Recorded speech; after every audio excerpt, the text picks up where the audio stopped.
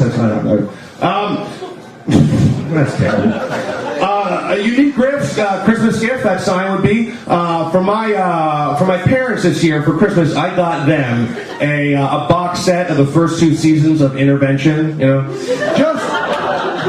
that's a great show to watch when you think that your life turned out shitty, right? That's not so bad, right? So I got to my parents. I would say like, well, see, this could have been me. It still could be me. All right.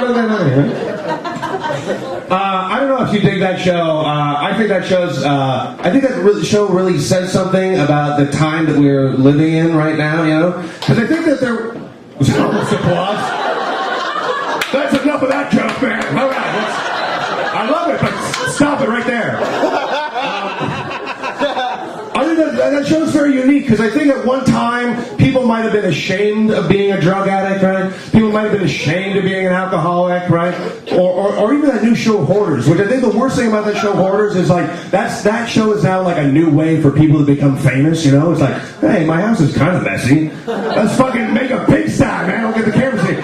But now it's like at a time people would be ashamed to be an alcoholic, right? But now it's like they lie to the people on that show and they say, hey, would you like to be in a documentary about drug addiction? And like now people are like, oh, me, put me on the TV, put me on the TV. This will be my first credit. I'm a SAG member now. Oh yeah, put me on TV. Right?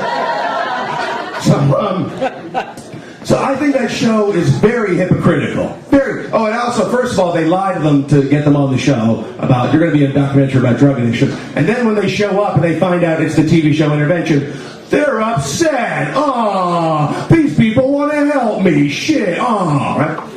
But I think the show is so hypocritical because who are these people at the Intervention to tell you to get off of a drug that they've never even tried themselves? Right? I think everybody at the Intervention should have to try the drug at least once before they tell you to get off of it, right?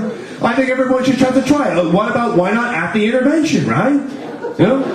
It's like right before, it's like, listen, we want to say that your use of crystal meth is really disrupting our family unit in a very bad way. But first of all, let's pass that pipe around.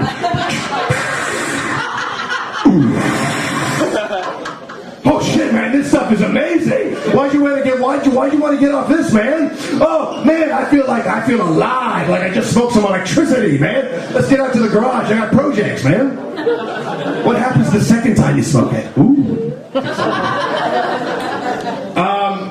And I know that we're all here for a very good cause. I know that we're here to raise money for the awful thing that just happened in Haiti. But I don't know if you know this, but you know what? The country of Haiti always needed that money, you know? It's not... I don't know, like, you might want to... They always needed that money, right?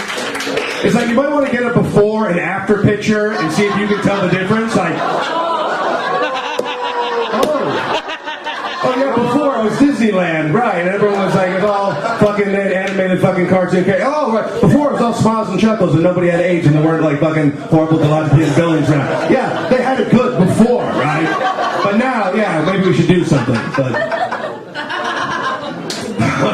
But don't worry, man. All the actors are going to get involved. All the celebrities and actors are going to get involved. They're going to save everything. Don't worry about it, man. John Travolta did fly his plane down to Haiti, right? He flew his big plane down to Haiti, and he got off the plane, and when he was asked for a comment about the devastation that was all around him, his first response was, yeah, it's like so weird. All these crushed buildings, oh, it's so terrible. And Mr. Carter, it's so weird, you know.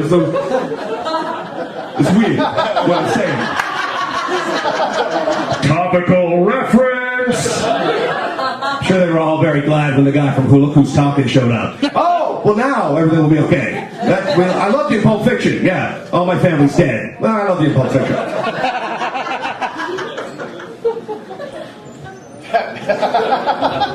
Yeah, some of the people, some of the time. That's my motto.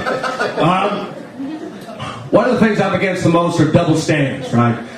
I don't like double standards. I think if you work the same job, you should get the same pay, right? That's a double standard. You know? And I don't know why why is it a bottle of beer is the only acceptable bottle for me to walk around a bar with, right? If I'm going to drink a whole bottle of wine, why can't I walk around a bar with a whole bottle of wine? Right? If I'm going to drink a whole bottle of vodka, why can't I walk around a bar with a whole bottle of vodka, right? Doesn't seem fair and balanced, right? And why is it every time that someone dies some extreme sport, someone always shows up on TV and says, well, at least he died doing something that he loved. Really? Well, how come they never say that about drug overdoses? Hey, I don't know about you, officer, but when I left, he was loving it. He put a knife to my throat, that's how much he loved it. And I don't know what the last thought that someone has just before they're about to die, but I think my last thought would be, oh my God, I hope I erase my internet history.